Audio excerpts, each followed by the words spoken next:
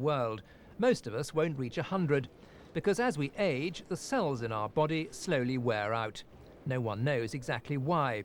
Now scientists have made a discovery which helps explain one aspect of the aging process, and it could have important implications for treating diseases like cancer.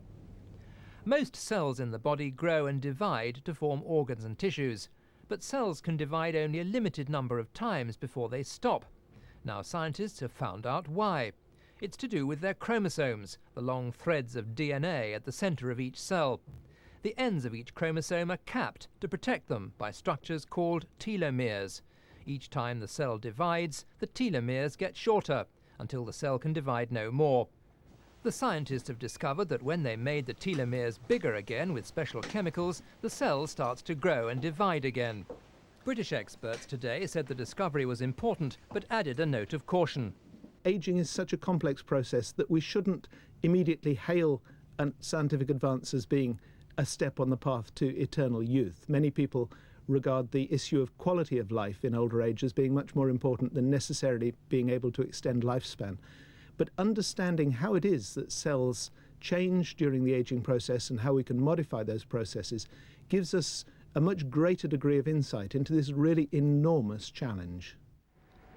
Cancer develops because cells never stop dividing. The new discovery could point to ways to control cell division, leading to more effective cancer treatments. James Wilkinson, BBC News. The French authorities are bringing in a fast-track justice system for football hooligans during the World Cup finals this summer. The new process means any offender... but have so far managed to elude attempts to capture them. They're the talk of Wiltshire, the two piggies who left their friends behind to go to market, but didn't quite know how the story was supposed to end. The gutsy porkers have so far eluded the chop at the local abattoir after making a farcical dash for freedom worthy of a part in the hit film Babe.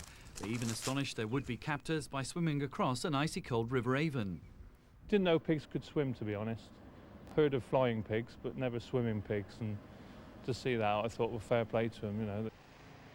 It's nearly a week since the cunning duo set out to live off the fat of the land, unaware that their antics have brought belly laughs to thousands and inspired a nation of pig lovers to root for a happy end.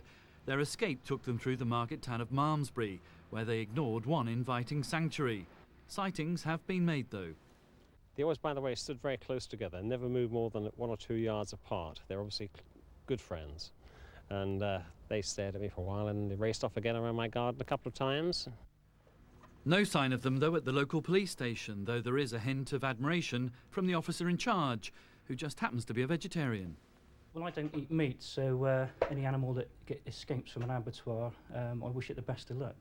But, I think they've been away for the best part of a week now, so I think they should be able to live the rest of their lives free. And who can blame the two ginger Tamworth boars in their somewhat hapless but endearing bid to save their bacon? John McIntyre, BBC News. And the main news again tonight. The European Commission has approved the lifting of the beef ban. Owners a gentle breed trained only to kill their quarry. Not according to Liz Moss. Comforted by her other cat, she recalls the moment a pack of hounds tore her pet Tabby to pieces. She's expecting a baby any day now and should be relaxing, but she can't forget the image of the hounds baying for blood. And they started tearing at something, and we realised then it was our cat because she'd been asleep underneath the trees. They were there for a good 5 minutes tearing at our cat, and eventually they just tossed her carcass onto the lawn and just left her. Feeling in the quiet village is so strong, the issue's been taken up by the parish council.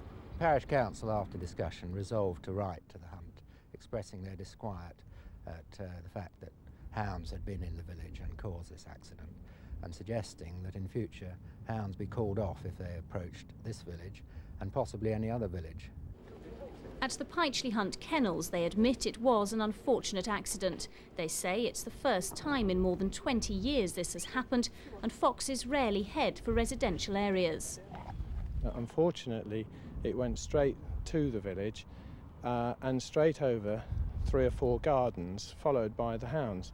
Our huntsman was about 100 yards behind them, but he had to go round, and that was the problem. It just took him that little bit of extra time and before he could call them off.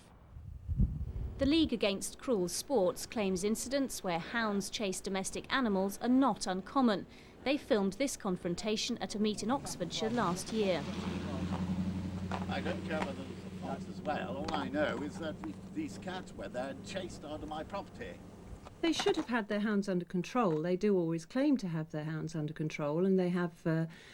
They couldn't use the hunting horn and cries to call the hounds back, which they should have done. But I'm afraid that's the theory. And in practice, hounds are quite often out of control. It seems many of the villagers and the Pytchley hunt have agreed this was a tragic accident. But with increasing pressure on the government to ban hunting with hounds, this incident won't have done the pro-fox hunting lobby any good at all. Fiona Mills, Look East, Old in Northamptonshire. There's a warning tonight that some budget airlines in the region could be forced out of business. It comes his Great Gate and produce a document declaring his appointment.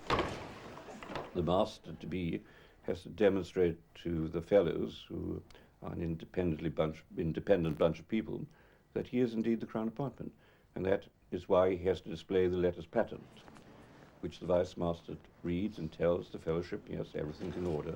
Professor Sen has indeed been appointed by the Crown the 36th Master of Trinity. Amartya Sen was 19 when he first came to Trinity from Calcutta to study economics. He stayed 10 years before moving on to work at Oxford and Harvard universities. Now 64, he's renowned for his work in both economics and philosophy, but remains modest about his achievements. My children sometimes tell me that I lack standard, because I seem to be happy wherever I am and happy also in whatever subject I'm working on. So if that is in any indication, I'm afraid that probably does indicate that I don't have any exacting standards. Professor Sen will preside over an establishment which has educated the great and the good, from Prince Charles to Isaac Newton. Although the buildings haven't changed since he first saw them 45 years ago, some aspects of college life are different. When I was a student here, I did think that Trinity being only open to men and not women was something that needed changing. Well, happily that has changed now. The Mastership of Trinity may be one of the most distinguished academic appointments in Britain, but after being let in through the Great Gate today, Professor Sen said he wasn't planning to make any immediate changes to college life. Very grand ceremony. Now, last night we were all getting